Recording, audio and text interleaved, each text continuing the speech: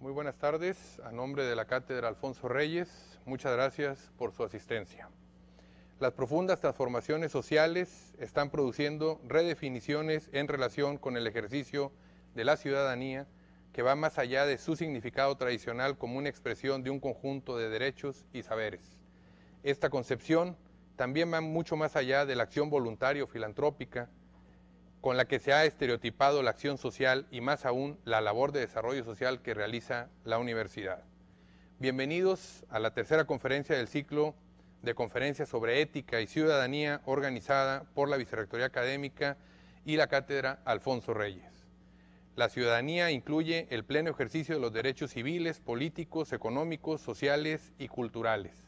A ello hay que sumar los nuevos modos de interacción emanados de los medios de comunicación y las redes sociales, los cuales constituyen novedosas formas de visibilidad, gestión, asociación y participación cívica y política.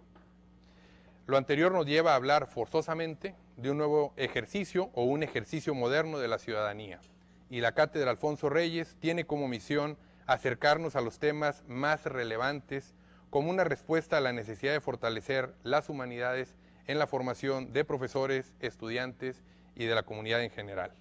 Por tanto, los múltiples rasgos de la globalización colocan en el centro del debate los deberes de un profesional y ciudadano, en esta que bien podríamos denominar una sociedad mundial del riesgo. Es bajo este título que nuestro colega y amigo del Tecnológico de Monterrey ya desde hace varios años, el filósofo François Vallée, impartirá esta conferencia. Bienvenido, François. Gracias. Voy a permitirme leer una breve reseña de nuestro invitado. Profesor de la Pontificia Universidad Católica del Perú desde 1994, especializado en temas de ética aplicada y responsabilidad social universitaria, ha asesorado en los últimos años a más de 20 universidades en Argentina, Paraguay, México, Colombia, Venezuela, Chile y Perú. Coautor de un manual de primeros pasos de responsabilidad social universitaria, publicado por el BID, cuenta con una amplia experiencia como narrador de cuentos con temáticas centradas en la ética y la responsabilidad social. Actualmente radica en Francia y prepara su doctorado en filosofía en la Universidad de París-Este, es consultor internacional en responsabilidad social universitaria y dicta cursos de management de la RSU en el Instituto de Administración de Empresas Gustave Eiffel de la Universidad de París-Este. Dirige un blog académico de ética y responsabilidad social en el cual se puede leer sobre el marco teórico de la responsabilidad social universitaria que promueve Vallée desde la gestión de los impactos de la organización. Bienvenido, adelante.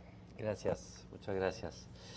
Bueno, como el tema es un poco denso, voy de frente a la presentación de esos deberes de un profesional y ciudadano en la sociedad mundial de riesgo, sabiendo que no nos podemos focalizar obviamente en el individuo, en el deber del individuo, porque los problemas siendo colectivos, la respuesta va a ser colectiva o no será. Entonces, primero, el diagnóstico ya se conoce, ¿no? Nos hemos vuelto sencillamente una especie insostenible, y una especie insostenible significa una especie que puede desaparecer, obviamente, y sobre todo significa una especie inmoral, porque es inmoral de poner en riesgo, en nombre del presente, la posibilidad de recibir nuestros bisnietos, ¿no?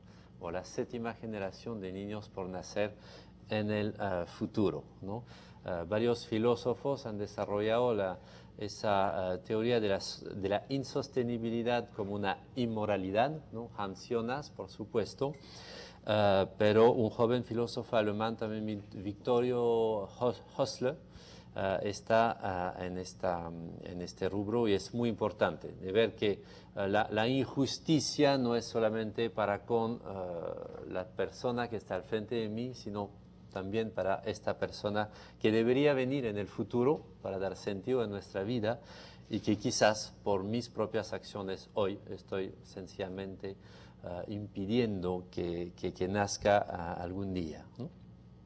Bueno, paso rápido sobre el problema de esa insostenibilidad, ¿no? Deberíamos tener un desarrollo sostenible como centro de 3 círculos: el círculo de la eficacia económica, de la solidaridad social y de la exigencia ecológica.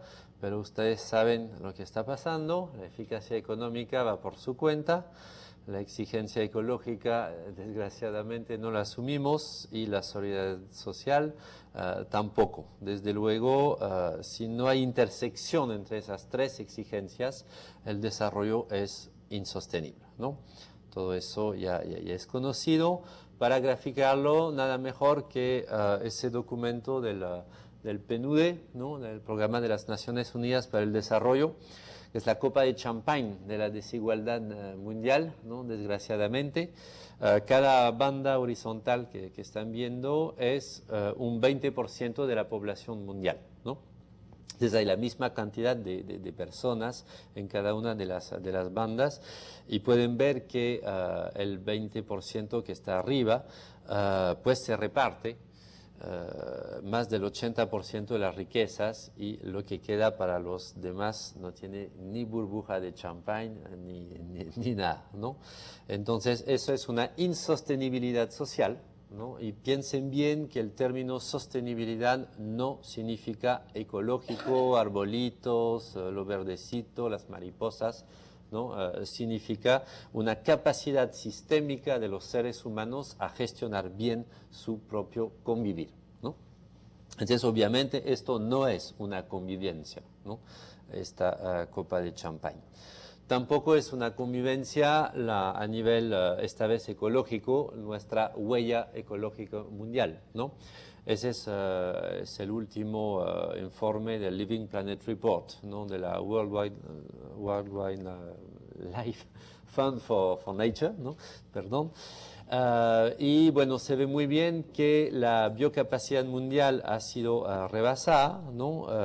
Ese índice de la huella ecológica calcula en cantidades de planetas Tierra, ¿no?, la presión que el humano ejerce sobre su medio, y se nota muy bien que el desarrollo de la humanidad, entre comillas, nos ha hecho pasar ese límite absoluto de biocapacidad desde hace buen tiempo. Hoy en día la totalidad de la humanidad utiliza los recursos de 1,5 planetas. Estamos en camino hacia los 2 planetas. Hoy en día, si todo el mundo fuera francés como yo, utilizaríamos los recursos de 2,5 planetas, ¿no? Si todo el mundo fuera norteamericano, serían 5 planetas. Pero si todo el mundo fuera burkinabé, serían 0,2 planetas, ¿no? Entonces seríamos sostenibles. Pero obviamente en Burkina Faso hay mucha gente que no viven como nosotros, ¿no? Y nadie quisiera vivir como ellos, y ellos quieren vivir como nosotros, ¿no? Entonces la universalización de nuestro modo de vida actual es insostenible. Y la ética nos dice: lo que no es universalizable no es bueno. Que no es universalizable, no es justo, ¿no? Entonces estamos en esa disyuntiva, ¿no? Si la precisamos, caemos en este recuadro siempre del Global Footprint Network, ¿no? Los países pobres viven con una buena, entre comillas, huella ecológica, ya que son pobres, pero obviamente están muy lejos, ¿no?, del nivel de desarrollo humano según el índice de desarrollo humano del PNUD, ¿no? Los países emergentes, como México, ¿no?, están ya alcanzando los altos niveles de desarrollo humano, pero obviamente ya saliendo de ese límite de biocapacidad. Y los países ricos ya hace buen tiempo que están en un alto nivel de desarrollo humano, pero muy lejos de la biocapacidad mundial. Entonces, si se dan cuenta, nuestro tipo de desarrollo actual evita sistemáticamente la única zona de sostenibilidad donde deberíamos vivir si queremos vivir bien, porque queremos vivir bien, y eso es normal, en un mundo sostenible, ¿no? Entonces, el hecho de vivir bien hoy día hace que no somos sostenibles, ¿no? Y el hecho de vivir de modo sostenible hace que no vivimos bien, ¿no? ¿Cómo hacer? para que logremos juntar los países en esa zona de sostenibilidad? Es toda la pregunta, ¿no? Bien, entonces hemos entrado en una sociedad global insostenible. Desde luego esa sociedad cambia de característica y el sociólogo alemán Ulrich Beck, que les invito a leer si no lo han hecho, habla de la sociedad de riesgo, ¿no? Y esa sociedad de riesgo tiene rasgos particulares que debemos absolutamente pensar en la universidad para preparar a los profesionales del siglo XXI de otro modo que hemos preparado a los profesionales del siglo XX, que nos entregan un mundo perfectamente insostenible. Entonces, si debemos cambiar, debemos analizar qué nos está pasando. Hoy en día, las ciencias y tecnologías son el problema. Desde luego, la universidad que forma a las ciencias y la tecnología son también el problema, ¿no? Pero también la ciencia y la tecnología es la solución, ¿no? Entonces, ¿cómo vamos a utilizar nuestras capacidades universitarias para ya no ser tanto el problema, sino más bien la solución? Es eso lo que quiero investigar con ustedes, ¿no? Un recuadro, me disculparán, está en francés, ¿no? Es la evolución del número de cánceres en 20 años, entre el año 80 y el año 2000, ¿no? En Francia. La fuente oficial es el Instituto Nacional de Vigilancia Sanitaria. Y pueden ver, ¿no? Por mujeres y hombres están las cifras del aumento en porcentaje en rojo, ¿no? Desagregados en los diferentes órganos y un total abajo, ¿no? Pueden ver que melanoma, por ejemplo, estamos en más 294% de casos diagnosticados entre el año 80 y el año 2000 en Francia. Es decir, nos estamos matando a nosotros mismos. Y ya no es difícil de saber por qué, ¿no? ¿Por qué los cánceres no disminuyen si en un país como Francia la gente come bien, hay un buen servicio de salud, hay una atención médica apropiada? Pues basta analizar la sangre de algún francés, ¿no? Hicieron eso con los diputados europeos hace algunos años, encontraron más de entre 40 y 60 productos tóxicos en la sangre de un diputado europeo, persona que normalmente vive bien, se alimenta bien, ¿no? Y se cuida a sí mismo. Si se analiza la sangre extraída del cordón umbilical de un feto, que todavía no está en el planeta Tierra, pero está por venir, se analiza más de 40 productos tóxicos. ¿Dónde están esos productos tóxicos? Pues en la vida cotidiana, en el deodorante de la madre, en el jabón que utiliza, en el pegamento que ha permitido hacer el mueble que abre todos los días. Al abrir el cajón, puff, inhala un producto tóxico, obviamente en la calle, etcétera, etcétera. Ni qué decir de nuestra actualidad de Fukushima, ¿no? Actualmente, que nos pone finalmente todos en peligro con esa radioactividad que se está propagando. Entonces, tenemos sencillamente el resultado, ¿no? A través de este recuadro de un problema que nosotros mismos hemos generado, ¿no? Actualmente en el mercado hay 100.000 productos químicos, ¿no? en venta y en uso, ¿no? De esos 100.000 productos químicos hemos analizado 5.000. Y no sería posible, ni siquiera sería posible de analizar los efectos cruzados de un producto químico con el otro, porque cruzar 100.000 por 100.000 sería demasiado trabajo. Entonces, estamos utilizando a diario, ¿no? productos de la ciencia y la tecnología sin saber los riesgos que estamos padeciendo, ¿no? Y a medida aparecen los riesgos, entonces, este producto es cancerígeno, se retira, ¿no? El otro también, se retira, pero ya lo hemos usado, ¿no? Etcétera, etcétera. Empezamos a usar y después lamentamos, ¿no? En lugar de aplicar el principio de precaución que dice, si hay una certeza de que hay un riesgo posible, el principio de precaución dice, no lo hacemos, ¿no? Antes de saber si efectivamente ese riesgo lo vamos a poder aliviar o si vamos a padecer de ese riesgo, ¿no? Principio de precaución, actualmente hay un enorme debate en el primer mundo, a saber si hay que instituirlo, quitarlo, etcétera, etcétera. Obviamente el lobby industrial quiere que se lo quite, ¿no? Pero los médicos quieren al contrario que vaya mucho más allá de lo que se está haciendo, porque ahora para hacer entrar un producto industrial en el mercado se analiza, bueno, que no sea demasiado peligroso para un ser humano normal, ¿no? Lo que pide, por ejemplo, la Declaración de París, ¿no? Hecha en los primeros años de este nuevo milenio, ¿no? Por la UNESCO, la Declaración de París pide que se prohíba el uso de todo producto si daña no a una persona adulta normal, sino si daña a un feto, ¿no? Entonces, hay que agarrar a la persona más frágil de la humanidad y si hay un daño a esta persona, entonces el producto sencillamente se retira, ¿no? Entonces hay una gran pelea, ¿no? En esa sociedad postindustrial de riesgo, ¿no? Que es una sociedad que tiene otras características que la sociedad industrial de clases, ¿no? Entonces los recuadros que voy a presentar ahora se inspiran obviamente de los trabajos de Ulrich Beck, ¿no? Y la sociedad industrial de clases se desarrolla en el Estado, mientras que los riesgos no conocen las fronteras del Estado, se desarrollan en una sociedad global.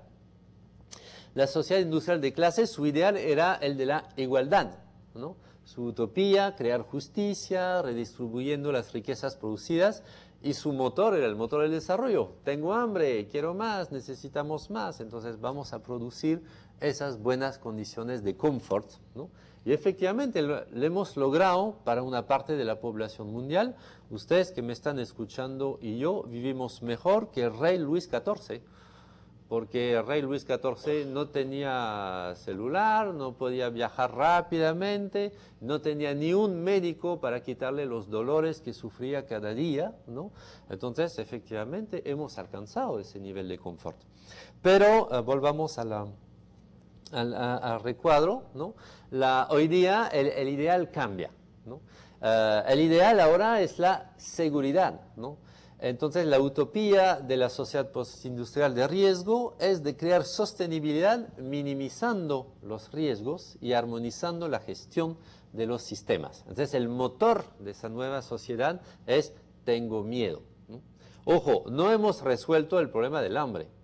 Ese otro problema se agrega, no es que ya se fue la sociedad industrial de clases, sigue la sociedad de clases, pero tenemos la otra, ¿no? Y finalmente podemos ver que las riquezas se poseen, ¿no? Y se fabrican las riquezas, entonces tenemos un control sobre las riquezas, ¿no?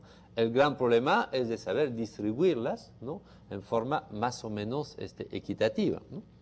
Entonces el conflicto fundamental de nuestra sociedad de clases era la lucha de clases, ¿no es cierto? ¿No? Para saber quién se lleva la torta, la totalidad, una parte, cómo la distribuimos entre nosotros. Mientras que los riesgos se padecen, ¿no? Y no se fabrican los riesgos, son efectos colaterales de lo que fabricamos, ¿no?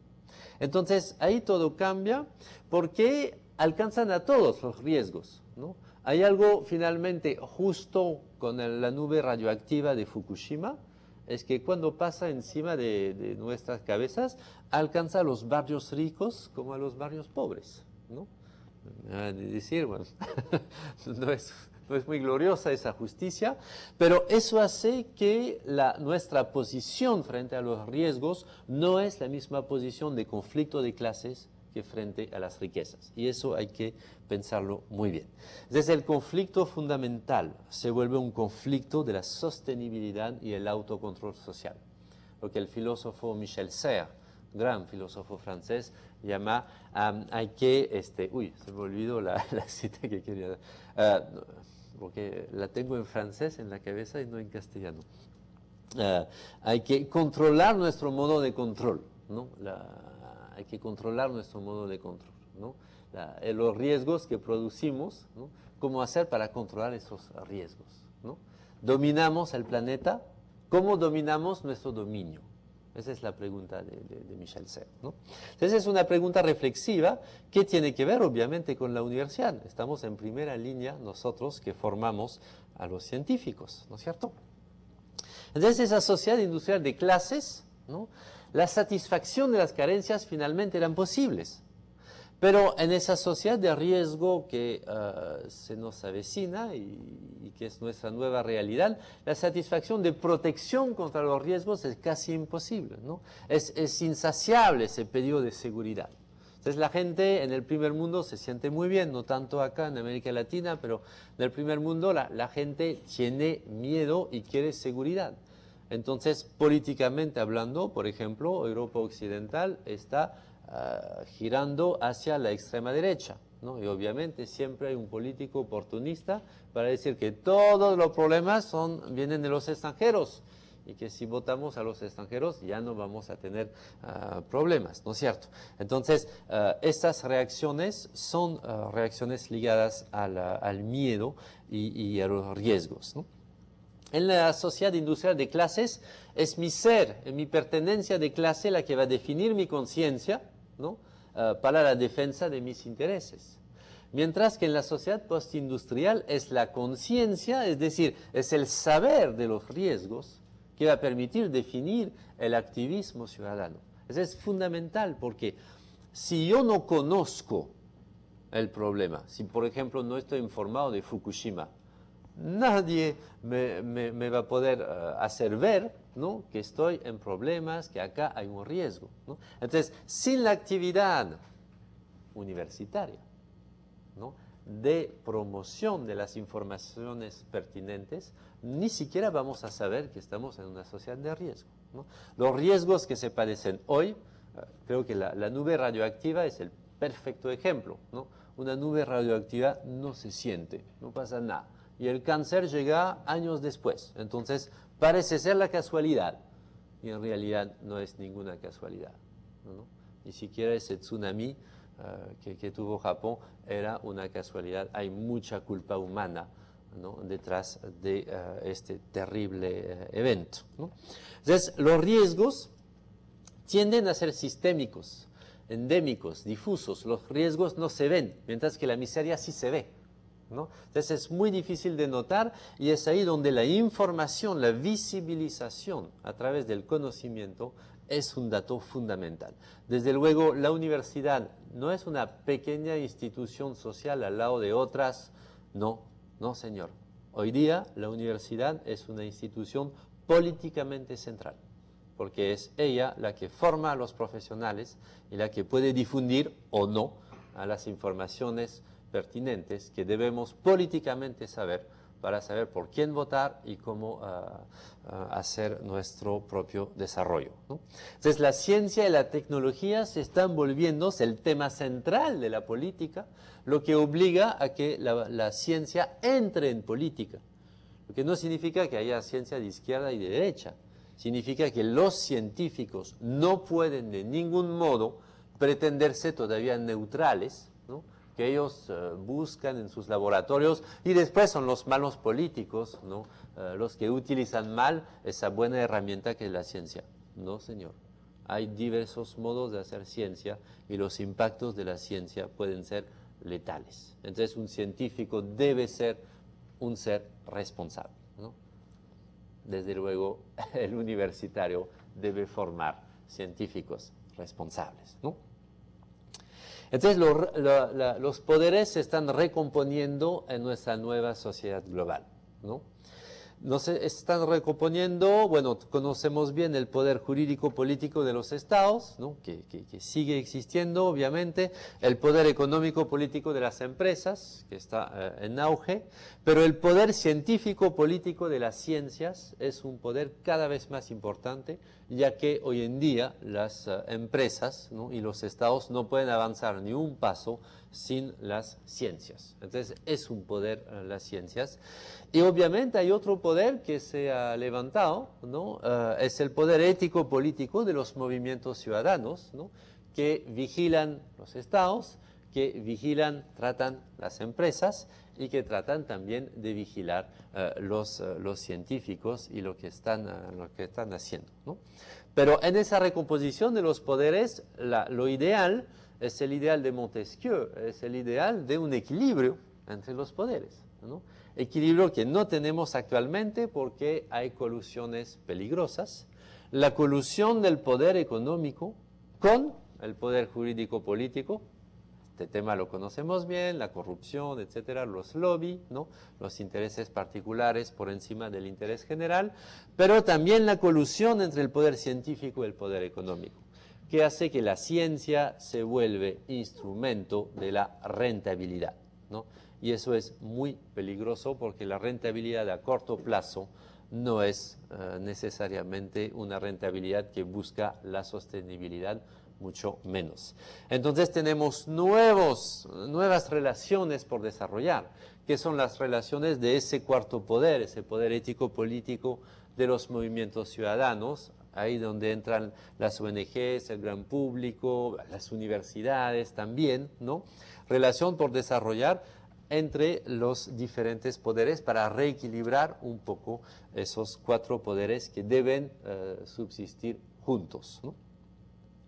Bien, entonces ahí debemos entender bien de qué somos responsables, ¿no? Finalmente, ¿no? Y es bien difícil de visualizar de qué soy responsable personalmente y de qué somos responsables colectivamente, ¿no? Para eso los poetas nos ayudan, y lo pongo en una avalancha de letras porque la cita habla de avalancha, como pueden ver. En una avalancha, ningún copo de nieve se siente responsable, ¿no? Pues sí, estamos viviendo avalanchas sociales todos los días, ¿no? Cambio climático, dumping social, dumping ecológico, todos los grandes problemas tecnológicos que tenemos, ¿no? Pero no es mi culpa, pues, yo soy un copo de nieve nomás, ¿no? Y como no es la culpa de ningún copo de nieve, pues no es la culpa de nadie. Y obviamente si un copo de nieve se siente responsable, se puede detener, eso no va a detener la avalancha, ¿no? Entonces estamos con este tipo de problemas. Y otro poeta nos ayuda también a entender esa cuestión de la responsabilidad hoy, es el poeta Paul Valéry.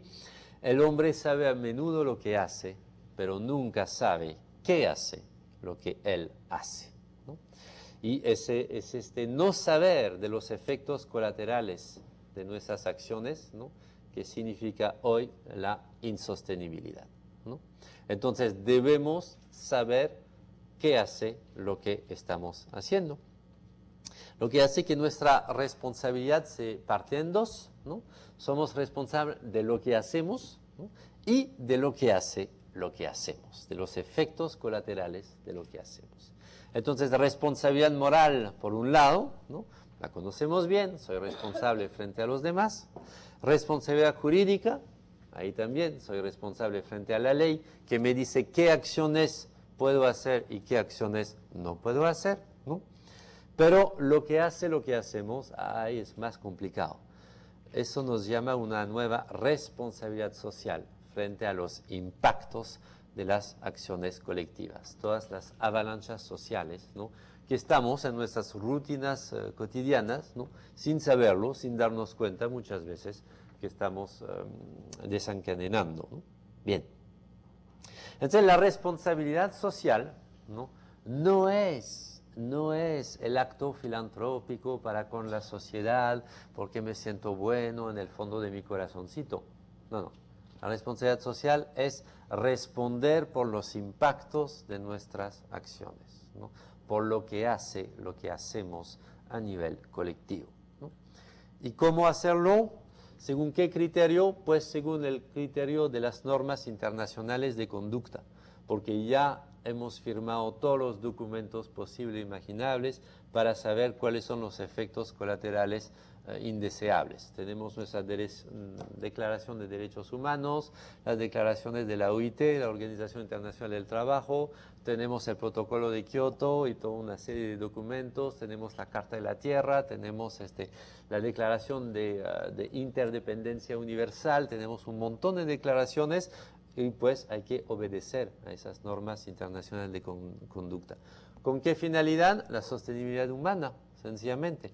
que mi bisnieto sea un lindo bebito y no un pulpo en el fondo del mar que habrá resistido a la guerra nuclear, que habrá suprimido todos los mamíferos y todos los seres humanos encima, ¿no? Esa es la idea. ¿Y de qué modo? Pues la participación consensuada de las partes interesadas. Porque ¿cómo voy a responder por los impactos colaterales de mis acciones sino yendo a ver quiénes son los afectados y hablando con ellos a ver qué podemos hacer para disminuir los riesgos, ¿no?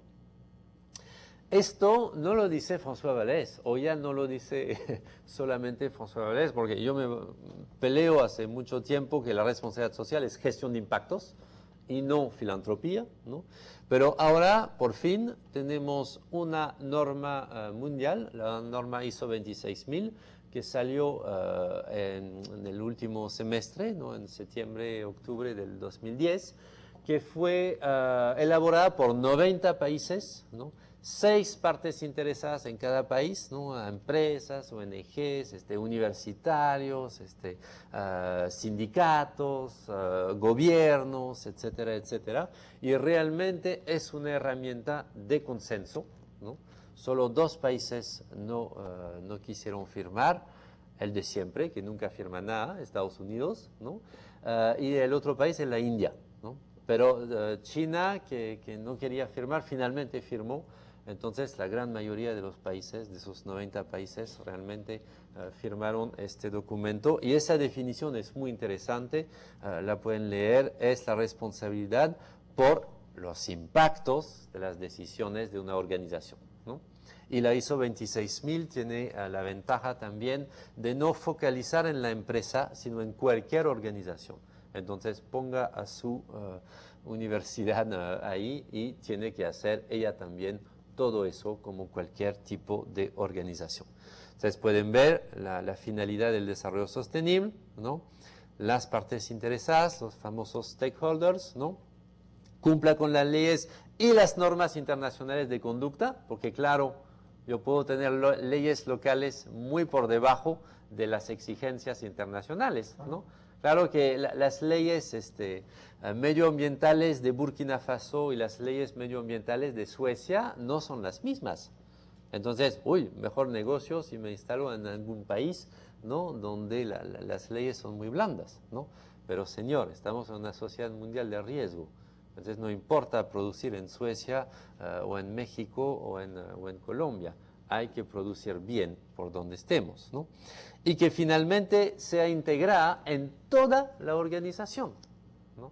Porque no se trata después del business de ir a hacer una buena acción para el colegio, de los niños pobres, de al frente. No, eso, no, o sea, eso está muy bien, la filantropía, pero hablamos de otra cosa, ¿no?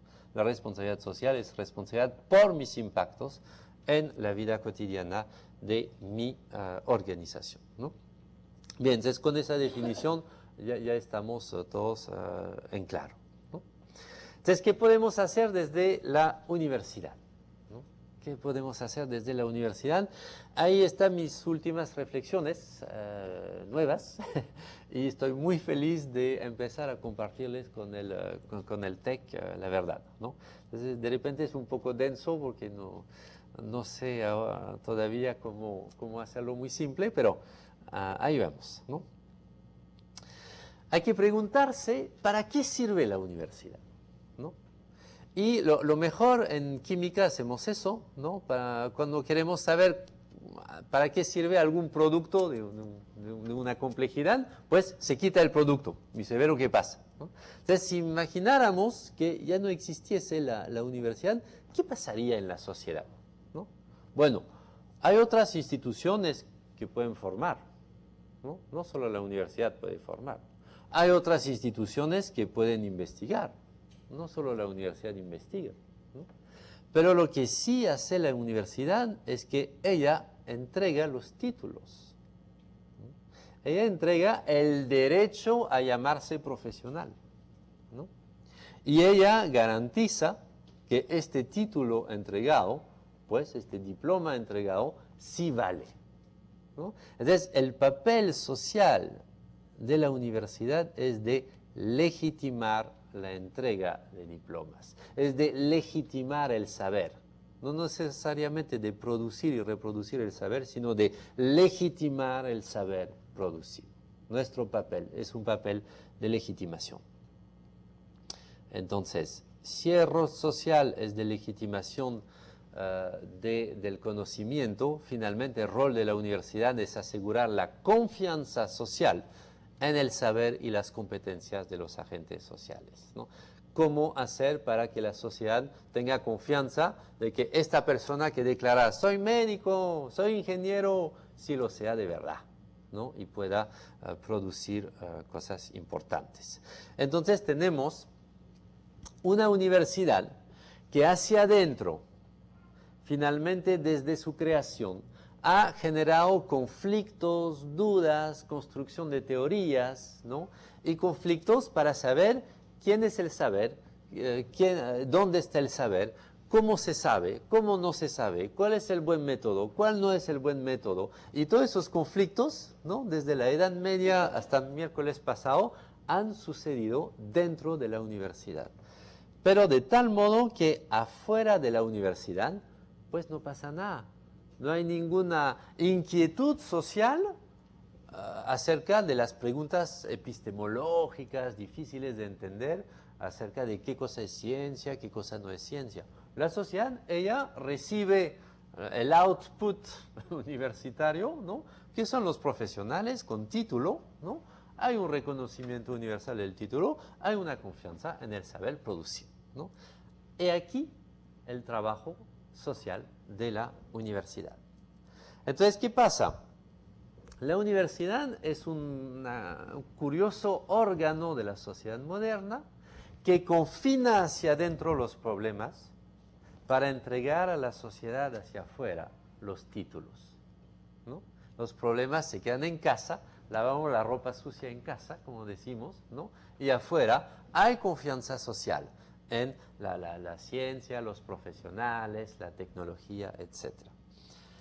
Entonces ven hacia dónde quiero ir, ¿no?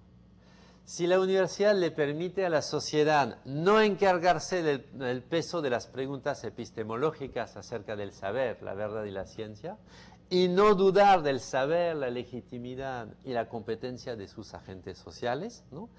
Esta confianza social en el saber es esencial para el desarrollo de una sociedad tecnocientífica, porque esta persona especializada, su especialidad no es la mía, entonces nunca voy a saber si de verdad sabe lo que sabe, ¿no? Entonces necesito ese órgano que me dé esa confianza, si no, no podría avanzar en ningún momento, ¿no es cierto? Entonces esto es justamente lo que está en crisis, ¿no? La función de confianza en el saber está en crisis cuando pasamos a una sociedad de riesgo, claro, porque sencillamente en una sociedad de riesgo, pues la misma ciencia y tecnología empieza a ser el problema de la sociedad, ¿no? Entonces, la tecnociencia se vuelve peligrosa, ¿no? No demuestra, desgraciadamente, una buena capacidad para responsabilizarse a sí misma, ¿no? El ingeniero trabaja, pues, para una buena obra, o trabaja en una central nuclear, o trabaja para OGMs, o trabaja para el ejército, o trabaja para cualquier cosa, ¿no? Y hay la famosa ley de Gabor, ¿no? Que dice, es una ley espantosa, todo lo que puede hacerse se hará sin importar las consecuencias, ¿no? Y efectivamente en este momento nada nos garantiza que las posibilidades que abren las tecnociencias no serán aplicadas, ¿no? Y basta que se apliquen en un lugar del mundo, ¿no? Y pues se aplica para el mundo entero, ¿no? Entonces hay una desconfianza. Desconfianza porque hay hiperespecialización. Ahí busco a mi gurú Edgar Morin, ¿no? El filósofo francés que ha trabajado muy bien esa inteligencia ciega del científico. Un científico es muy inteligente, pero en una cosa cada vez más especializada, lo que hace que su inteligencia es absolutamente ciega a todo lo que no es su especialidad. By the way, la vez pasada leía un trabajo de un científico que era un físico, un gran físico, y él decía, antes de Fukushima, él decía, a mí las centrales nucleares me dan miedo porque sé porque soy físico, sé que nadie sabe cómo funciona, ¿no? El ingeniero de sistemas conoce el sistema. El físico conoce las barras de uranio, ¿no? El otro ingeniero conoce el sistema de enfriamiento, ese famoso sistema de enfriamiento. Nadie conoce la totalidad de la central nuclear. Entonces, finalmente, la central nuclear, nadie la conoce, ¿no? ¿Dan cuenta? Esa es la hiperespecialización, esa es la inteligencia ciega, ¿no? Desencadenamos procesos, pero no tenemos, ¿no?, el dominio de esos procesos que desencadenamos, ¿no? Y ahí también cito a Heidegger, ¿no? Heidegger, que en un aforismo muy polémico dijo: la ciencia no piensa. No es que los científicos sean bobos y no piensen, sino que efectivamente la actividad científica no es una actividad reflexiva, es una actividad que nos entrega el mundo a disposición para hacer nuevas cosas. Pero cuando un científico se pone a reflexionar, uy, ¿y si desarrollo tal proceso? ¿Qué va a suceder después? Su pregunta no es científica, su pregunta es filosófica, es política, es ética, pero ya no es científica. Por eso la ciencia no piensa. De ahí la importancia de que los científicos piensen y que todos pensemos con los científicos, ¿no? Porque la ciencia es una actividad que puede producir cualquier cosa, ¿no? Bien. Y finalmente, no finalmente, pero enseguida la formación e investigación fueron sometidas a la industria, ¿no? Hoy en día en Francia tenemos un gran problema con un medicamento, el Mediator, ¿no?, que fue utilizado durante muchos años, ¿no?, y finalmente ha producido muertes. Ya se sabe, fue retirado últimamente, pero los muertos están ahí y se ve que hay colusión entre el poder político, ¿no?, y el poder de las industrias farmacéuticas y los expertos, entre comillas, que juzgaban de la inocuidad del producto porque eran financiados por la misma industria, ¿no? Entonces, quid de ese saber que finalmente logra hacerse un paso hacia el mundo económico. Entonces ya no es un saber público, sino un saber que sirve intereses privados, ¿no? Y entonces estamos en esa sociedad de riesgo, ¿no?, de Ulrich Beck, ¿no?, que generaliza esa desconfianza en contra de la empresa y la ciencia. Y esa desconfianza es inédita, porque la modernidad tuvo confianza en la ciencia, ¿no? ¿Por qué nos hemos vuelto modernos? Por la ciencia y la tecnología. Y hoy en día hay esa nueva desconfianza, hay un nuevo mundo que debemos pensar. Entonces la universidad ya no juega su rol social. Durante su nacimiento medieval, la universidad, ¿qué hizo? Se inmunizó de la sociedad, aislándose, creando el claustro académico donde se podía pensar tranquilamente, ¿no?, fuera del alcance de los políticos y obviamente de la iglesia en la época, ¿no? Entonces consiguió su autonomía y su capacidad a través del hecho de encerrarse sobre sí misma. Eso es bien importante entender eso, ¿no? Y ese movimiento de cerrazón es lo que le dio su autonomía y su capacidad de desarrollo del saber, ¿no? Hoy, esta misma estrategia sería fatal, sería absolutamente fatal a la universidad. ¿Por qué? Porque el saber ya no está confinado en la universidad. Los sabios ya no son los universitarios, ¿no?, y el saber está regado por todos lados. Siempre digo a mis alumnos, el tema de la próxima semana es este. Si quieren, cada uno de ustedes pueden llegar más sabio que yo sobre el mismo tema, ¿no?, porque le basta que investigue un poco, ¿no? El saber está al alcance y se pueden documentar muy bien, ¿no? Entonces, hoy en día la universidad no debe cerrarse sobre sí misma para proteger su autonomía, sino al contrario debe abrirse, ¿no?, una apertura social, ¿no?, para gestionar juntos este conocimiento, ¿no? Pero cuidado. La apertura social no significa dejarse penetrar por la lógica mercantil. No significa eso, señor, ¿no? Tampoco significa la mera extensión social, ¿no? Se trata solamente de hacer extensión social, cosa que está muy bien, pero no es suficiente, ¿no? Significa mantener su autonomía, porque de ahí depende su legitimidad, ¿no? Pero de tal modo que el conocimiento ya no sea privatizado, sirviendo los intereses de algunos, ¿no?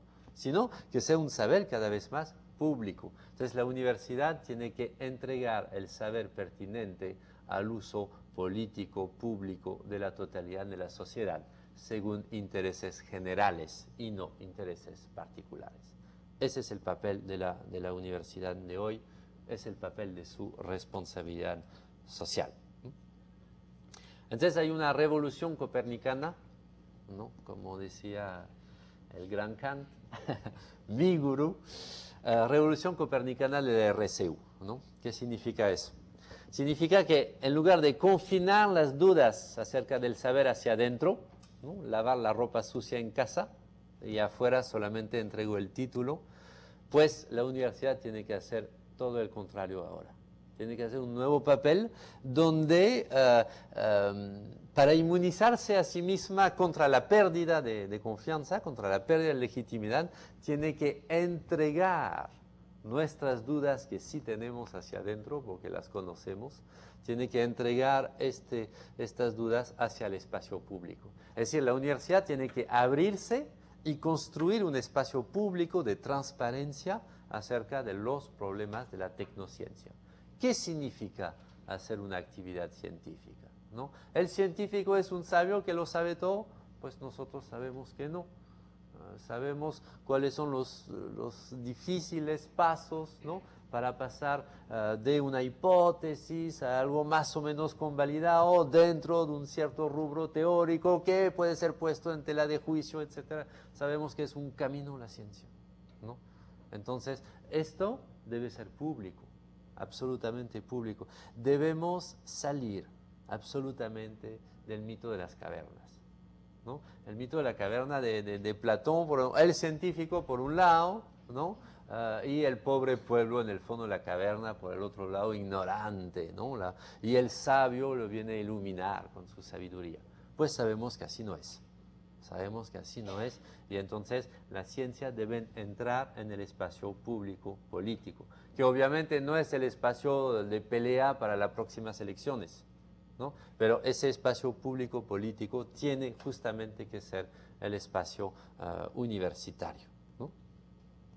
Entonces la responsabilidad social universitaria ahora la entiendo no solo como gestión de impactos de la organización universitaria, que ese es mi rollo de antes, sino como gestión de la desconfianza social hacia el saber, ¿no? ¿Cómo gestionamos esa desconfianza para garantizar no solamente que el profesional tiene un buen título, pero que este profesional es un ser responsable y que mañana, gracias al conjunto de las acciones que la universidad, las tecnociencias hacen, vamos a ir mejor y no peor, ¿no? Porque es eso lo que debemos entregar a la sociedad. Y eso pasa por un montón de temas nuevos. Conferencias ciudadanas, ¿no? No sé si esa conferencia va a ser abierta a la totalidad del planeta, pero quisiera, ¿no? Quisiera, porque se acabó el copyright del conocimiento, ¿no? Debemos absolutamente trabajar el copyleft, porque lo poco que conozco, si yo lo conozco, ¿acaso no debo agradecerle al productor de papas que me alimenta todos los días? ¿No es su conocimiento él también? ¿Se dan cuenta? ¿No? ¿Por qué sería mi conocimiento que yo vendería para mi pequeño provecho a intereses particulares, ¿no? Si el conocimiento es tan peligroso hoy en día, ¿no? Entonces, conferencias ciudadanas, arbitraje público de los conflictos tecnocientíficos. Cuando hay un conflicto tecnocientífico, en lugar de tratar de decir la santa palabra de la verdad y de callar a los que temen, ¿no? ¿Por qué no poner en el tapete lo que hay, ¿no? Los problemas que hay, ¿no? Para que todos, y los ciudadanos no son tontos también, puedan reflexionar acerca del problema. Los whistleblowers, no encontré el nombre en castellano, pero es el término inglés, ¿no? Es los lanzadores de alerta, decimos en francés, son científicos muy importantes hoy. éticamente muy importantes, porque son estos científicos que en lugar de solamente hacer su pequeño trabajo en el laboratorio, callándose la boca cuando ven que algo es un poco peligroso porque de ahí reciben su salario, ¿no? Salen al frente y dicen, cuidado, acá estamos haciendo algo mal, ¿no? Entonces el whistleblower, cuando toca el pito, ¿no? Sonador de alarma sería, ¿no? Sí, sí, sí. Y este whistleblower ya empieza a tener una legislación que lo protege en Estados Unidos y Canadá, ¿no? En Francia no todavía. ¿Y qué le pasa al científico que empieza a abrir la boca diciendo, el medicamento mediador está matando a gente? Pues, uno, todo el mundo se burla de él. Si él insiste y saca una publicación, se le quita su puesto, se le quita los financiamientos de su laboratorio, o sea, los queridos colegas, ¿no? Se lo comen. ¿Por qué? Porque está impidiendo, pues, rentabilizar la actividad, ¿no? No hagas olas, por favor, ¿no? Eso es muy común en el medio científico, es muy común en el medio universitario, ¿no es cierto? ¿No? Bueno, debemos proteger legalmente a esos whistleblowers, ¿no? El último escándalo de ese medicamento mediador en Francia, que parece ser ha matado quizás hasta 2.000 personas, ¿no? Es una profesora universitaria de una universidad de provincia de Brest, una médica que lanzó la alerta, ¿no? Que publicó libros y todos sus colegas se burlaban de ella. Pues hoy en día ella es una heroína nacional, ¿no? Pero ya los muertos están muertos, ¿no es cierto? ¿No? Entonces, esa revolución copernicana tiene que suceder en la universidad. Entonces, la evolución política de la RCU, si queremos, es el hecho de que una sociedad del conocimiento como la nuestra, no solamente necesita un sistema de formación e investigación para producir y reproducir los saberes, sino que necesita también una reflexión pública sobre los riesgos que produce, ¿no? ¿Dónde está ese espacio público, político, de diálogo, ¿no? De control y de negociación sobre la ciencia de hoy y de mañana? Pues el único lugar social donde lo vamos a construir es la universidad, ¿no es cierto? Es en la universidad que podemos invitar tanto los científicos como los ciudadanos, los hombres políticos, las ONGs y todo el mundo a reflexionar juntos sobre el papel de nuestro saber y de nuestras tecnociencias, ¿no es cierto? ¿No? Entonces la ciencia tiene que entrar en política por la puerta de la universidad, ¿no? Que es la mejor puerta para que no sea una política de politiquería, ¿no? Sino realmente una política que responda a la pregunta ¿cómo debemos convivir juntos? ¿No? Ahí están los trabajos de Bruno Latour, le pongo ahí, Bruno Latour ha escrito libros muy, muy, muy importantes sobre ese tema, sobre todo un libro que creo está en castellano, se llama Políticas de la Naturaleza, ¿no? Y ahí trata de decir que debemos salir de ese mito de la caverna, ¿no? De esa separación entre, por un lado, la política sucia, oscura, de intereses turbios, y por el otro lado, la ciencia, que lo sabe todo, ¿no? que mira el sol, etcétera, etcétera. No, señor, la política no es tan sucia, ¿no? Ni la ciencia tan limpia, ¿no? Bien. Entonces, este espacio público político de la ciencia debe ser liderado por la universidad, ¿no? Es el único lugar donde se le puede liderar, ¿no? Y por el momento estamos en ese estado de naturaleza político de la ciencia. La ciencia sigue pretendiendo que no es un asunto político, y eso es falso, ¿no? Entonces, politicemos a la ciencia, hagamos ese contrato social de la ciencia, firmemos ese contrato social, ¿no? Bien, ahora podemos deducir, ¿no? qué habilidades profesionales y ciudadanas, ¿no? Yo creo que van en 3 direcciones, ¿no? Conciencia ecosistémica, un profesional ya debe tener una conciencia mundial. Tiene el mundo en sus manos, por eso pongo esa pequeña fotomontaje, ¿no? Segundo, significa sinergia, trabajar la sinergia entre organizaciones diferentes, ¿no? Y bueno, tercero, gestión de impactos, es decir, responsabilidad social, ¿no? Entonces, bueno, conocen mi rollo sobre las 3 dimensiones de la ética. Antes yo hablaba de 3 generaciones, pero ya ahora prefiero hablar de 3 dimensiones porque es todo a la vez. Si falta una dimensión, pues ya no hay volumen, la ética se vuelve chata, la ética se vuelve plana y la ética se vuelve inmoral, ¿no? Entonces, ninguna bondad sin justicia, por favor, y ninguna bondad y justicia sin sostenibilidad, ¿no? Eso es el nuevo papel de la ética, que es un concepto que va a permitir crear sinergia entre responsabilidad moral, jurídica y social, ¿no? Entonces, ese nuevo profesional tiene que tener la habilidad de mirar este cuadro y saber lo que va a pasar, ¿no?